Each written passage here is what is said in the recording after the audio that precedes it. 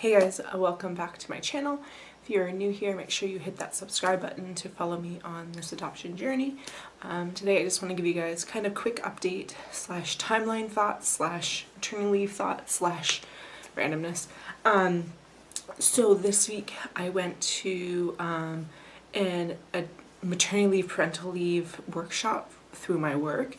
I'm in Canada, so maternity leave is different than in other parts of the world. I've seen really awesome maternity leaves, and I've also seen the US. So anyway, so here in Canada, I'm entitled to the parental leave portion. There's the maternity leave portion, which I believe is 17 weeks, and that's basically for whoever gave birth. So the birth mother, the surrogate, the mother, whoever physically gave birth, it's that recovery time. So she's entitled to that. And then for the parental leave, that's for the person taking care of the child. So the adoptive parent, the mom, the dad, whoever is raising that child, that's their portion to be with that child. And I think that's 37 weeks. I could be wrong.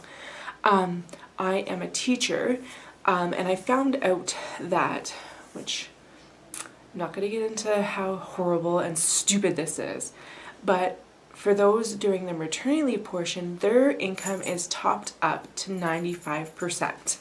So they're basically getting paid for, I think it was 3 months, 90 days, their normal salary. The people who do not do that, like in my case because I am adopting, do not get that top up. I understand the need to have more time when you physically give birth, kind of sorta, because I'm sorry, adoption, attachment is hard and so being off longer allows more bonding and cocooning and yada yada. Anyway, so I can somewhat understand their reasoning between the time. I do not understand their reasoning for topping up maternity leave but not topping up parental leave. Now this is just my school board. I am a teacher. This is our collective agreement. Different school boards have different collective agreements. Different employers have different stuff. This is just what my employer does. So that was kind of frustrating to hear that because I am not physically giving birth, I don't deserve to have as much of my income. Which here in Canada, you get paid 55% of your income, but only if you make under a certain amount. So my salary is higher than their maximum, which is something like 40-something thousand.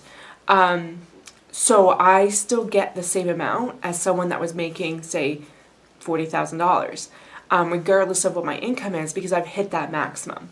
So it basically works out to like $500 a week during maternity leave, plus taxes coming off of that. From my understanding, taxes will come off of that as well. So that makes it hard because my income is not $500 a week, and it's not a survivable income for me as someone that is single. And because of adoption expenses, it's really hard to save during this time as well.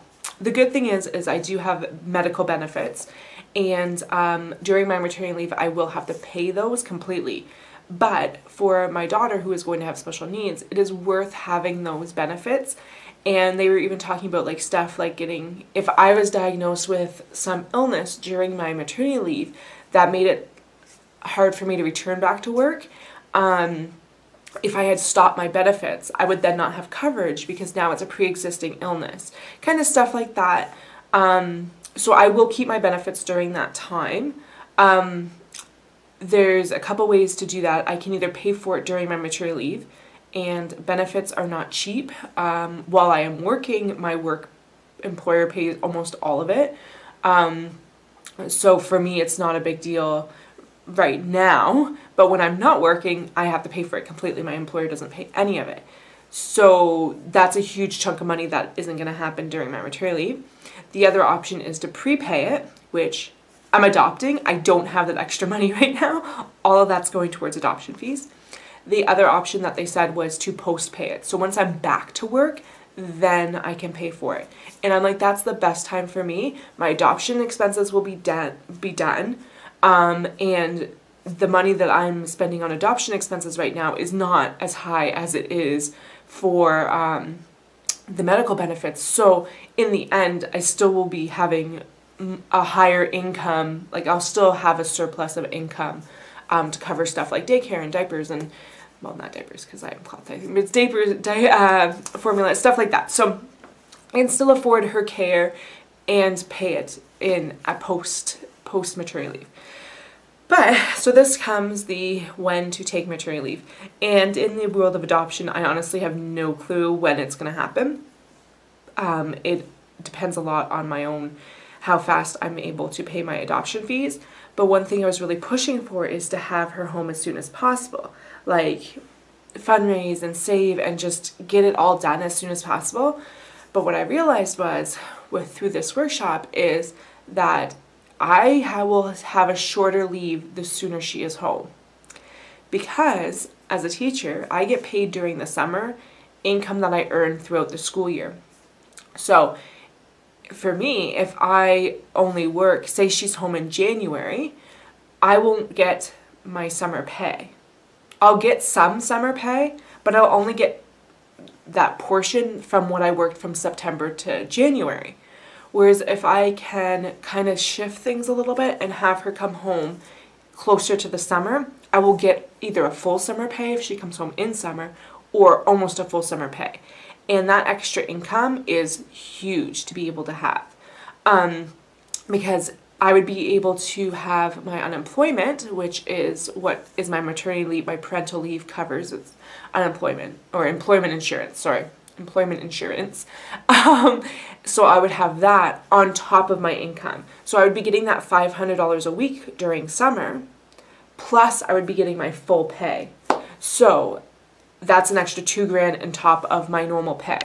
So my kind of thinking right now is, if I can kind of shuffle things around, I won't submit to India until around January, February. It seems like a lot of the special needs adoptions have been going very fast, like 4 to 6 months. So if I submit end of January, beginning of February, I should have a referral by the end of March, and then the soonest she'd be home would be almost summer. And then that way I can take as long off as I possibly can and not have to worry about my income during that time.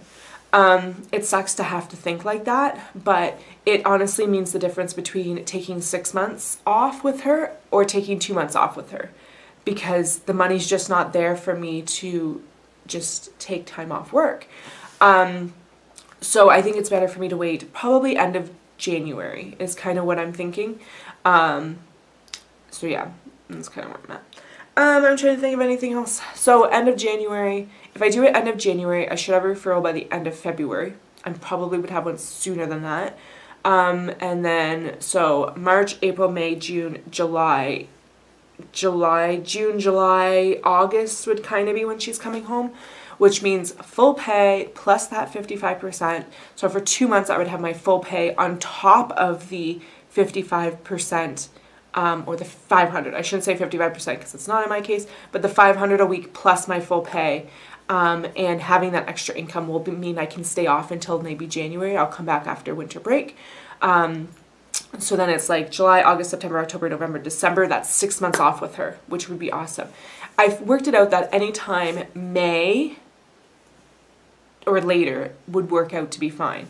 It's kind of different if, say things get delayed and she's coming home like 10 months after, which would put us into that gray area right now.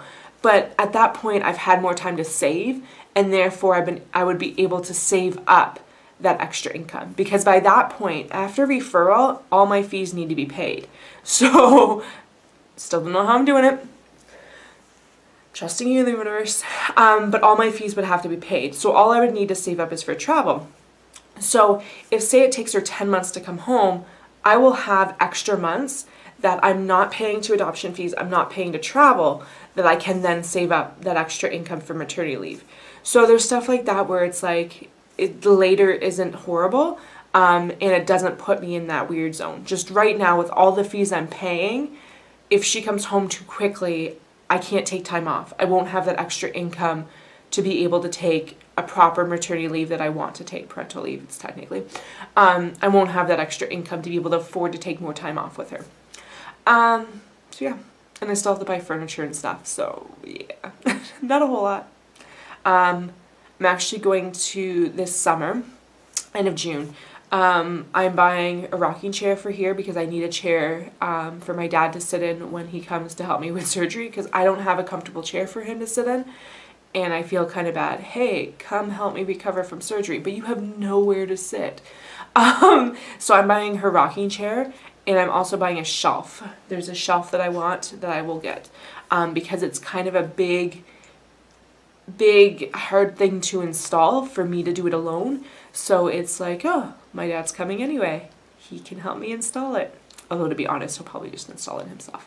So yeah, so I'm buying those two things for her this summer, but everything else is gonna wait until after all my agency fees are paid, because I have a lot to go. I think I have like $33,000 to go. Yeah. Oh, $33,000, that includes travel. I have the $8,000 fee plus tax, so it's like $8,500. And then I have the $16,000 fee, which is the one that scares me, but yeah. The $8,000 fee is what I pay when I submit to India, which will happen end of January, beginning of February. And then the $16,000 fee is due when I get a referral, so like a month later. So that's the fee that I have no clue what's happening with, but I'm hoping. Fundraising. I should be getting a Reese's Rainbow account as soon as I get my approval for my home study. I will be submitting all that. I have all the paperwork filled out. I'm also applying for a grant. There's a grant that I can apply for once I get my home study approved. So I will be applying for that grant as well. There's not a lot of grants for Canadians, but that is one of them. And the other one is one that I can apply for after I have a referral. I can apply for it, and then they give money towards travel. So those are the two grants I'm going to apply for. No guarantee I'm going to get them, but I will get a Reese's Rainbow account, which gives tax deductible donations can go there. But that only helps with travel. That won't help with agency fees. But I can also post in their Facebook group my t-shirt fundraisers and all that. So anyway, I do plan on doing a selfie blanket fundraiser as well, which I'll talk about more once I do it. But that will be happening after I have my Reese's Rainbow account. The other thing is I want to do an auction, which I was going to do in August, but I'm going to actually wait till November now. I think because it will be better for, I'll have my Reese's Rainbow account, plus it's closer to Christmas, so people may be shopping a little more. And since I have to delay submitting, because I'm going to have no maternity leave otherwise, delaying the auction a little bit won't hurt anything. So anyway, that's kind of where I'm at right now. If I win the lottery, things are different. I don't buy tickets, but my parents do. So if my parents win the lottery, all bets are off. I'm like totally cool with submitting everything, getting her home quickly as possible.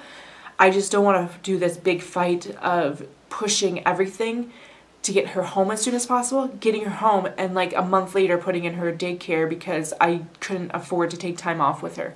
It's not fair to her, it's not fair to me. It's just not a good situation to be doing that. So I would rather postpone things a little bit and just have everything shift a little bit and then have more time off with her when she's home. So I don't have a referral currently, so I say her as in this imaginary thing. Like, I don't know who she is. Delaying things is not really causing her to be in an orphanage longer because I don't know who she is to begin with. It's not like, oh, well, I'm going to delay everything by 6 months because I want to spend more time with her, but it means longer for her to be in the orphanage. If I had a referral already, that would not be the case. Like, once I have a referral, I'm fighting to get her home as quickly as possible. Different situation. Don't have a referral currently. So when I get my referral, it could be that she's 3 months old. That's, I think, the youngest that she can be when she at referral. So she could be 3 months at referral and she's not even alive yet. So, so anyway, that was much longer than I wanted it to be. But yeah, questions, comments, suggestions, go down below. Thanks for watching, and I shall see you guys later. Bye, guys.